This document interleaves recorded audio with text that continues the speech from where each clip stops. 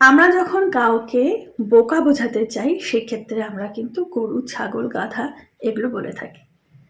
অপরদিকে যদি সাহসী বোঝাতে চাই সেক্ষেত্রে কিন্তু সিংহ এবং বাঘের নাম নিয়ে আসি। এই সিংহ এবং বাঘ আমাদের কোনো কাজে আসে না, বরঞ্চ এরা সামনে আসলে আমাদের গিলে খাবে। উল্টো দিকে গরু, গাধা আমাদের অনেক কাজে আসে, আমাদের অনেক উপকার করে। তবুও কিন্তু দিন শেষে কাউকে বোকা বোঝাতে গেলে আমরা এদের নামে বলে থাকি। ব্যাপারটা হলো, যারা উপকার করে দিন শেষে তারা অবহেলায় ফেরত পায়, আর যারা কোনো উপকারী কাজে লাগে না, যাদের দেখে আমরা ভয় পাই, তাদের কিন্তু আমরা সাহসিকতার উদাহরণ দিয়ে থাকি। আসলে মানুষ খুব বুদ্ধিমান, চালাক প্রাণী।